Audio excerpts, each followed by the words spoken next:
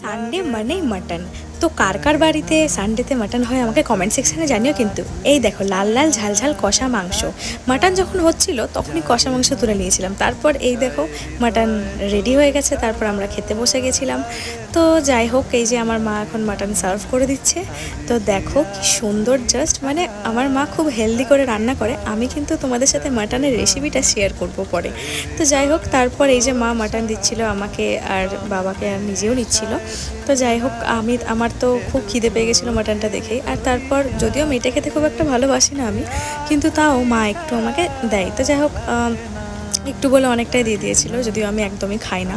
তো তারপর এই দেখো মাটন ফ্যাট, এটা আমার সব থেকে ফেভারিট। কার কার ফেভারিট তোমাদের কমেন্ট সেকশানে জানিও কিন্তু।